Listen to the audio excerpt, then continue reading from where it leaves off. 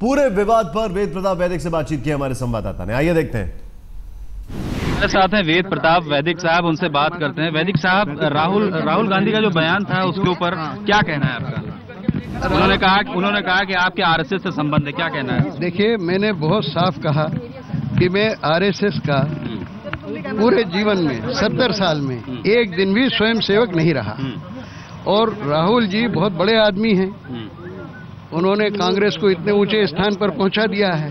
अब उनके बयान पर मैं क्या प्रतिक्रिया करूं? आरएसएस के जो कई हिमायती हैं उन्होंने कहा कि इस बयान के ऊपर जो है डिफेमेशन सूट फाइल करेंगे। हाँ, तो ये आप करेंगे? मेरे पास इतने पैसे ही नहीं है कि मैं डिफेमेशन सूट फाइल करूं।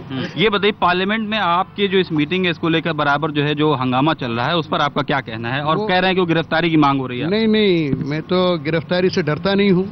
12 साल की उम्र में पहली बार गिरफ्तार हुआ था।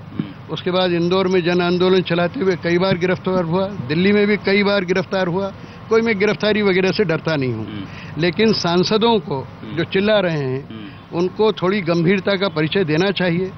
और अगर वो इतने ही नाराज हैं मेरे बयान से तो वो चाहें तो मेरे घर आएं, उनका मेरा स्वागत है। वो चाहें तो मुझे अपने घर बुलाएं। वो हाफिज सईद से ज्यादा डेंजरस नहीं है। बिल्कुल। मैं अगर हाफिज सईद के पास जा सकता हूं तो हमारे इन सब शहीदों के पास भी जा सकता हूं और उनको जाके मैं ये व्याख्या करूं कि वहां मैंने क्या कहा था। और मेरी व्याख्या की जरूरत नहीं है। मेरा पूरा इंटरव्यू अगर ध्यान से सुन लें तो उनकी आंखें खुल जाएंगी। आरएसएस से आपको कोई संबंध है, जैसा वो कह रहे हैं? कितनी बार कह चुका हूं कि एक दिन भी मैं स्वयं सेवक नहीं रहा हूं। और जहां तक संबंधों का सवाल है, कम्युनिस्ट पार्टी के लोग मेरे सबसे नजदीक हैं।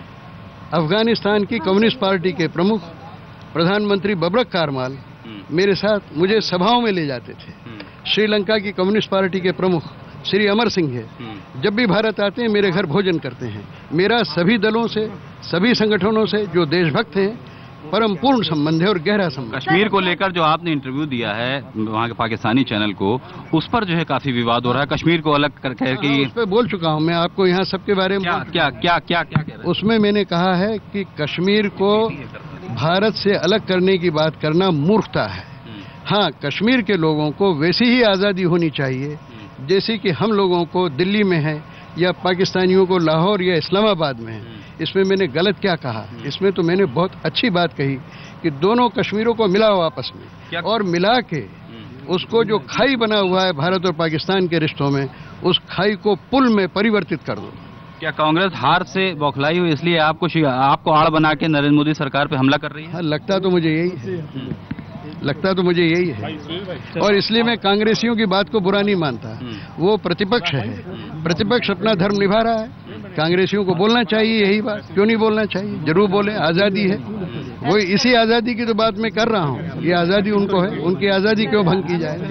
शुक्रिया बात करने के लिए। तो ये थे वेद प्रताप वैदिक साहब, साफ तौर पर कह रहे हैं कि वो किसी भी तरह का कोई मानहानि का दावा नहीं करने जा रहे हैं राहुल गांधी के इस बयान को लेकर। लेकिन जो भी हमला है कांग्रेस का, वो कहीं ना कहीं हार की वजह है। जो हार हुई है करारी कांग्रेस की इस लोकसभा चुनाव में और नरेंद्र मोदी की सरकार जो चुनाव में जीती है, उसकी वजह से कहीं ना कहीं उनको निशाना बनाया जा रहा है, क्योंकि वो बहुत बड़े आलोचक रहे हैं कांग्रेस की यूपीए सरकार के। कैमरामैन संजीव के साथ अहमद अजीम, गुड़गांव, आज तक।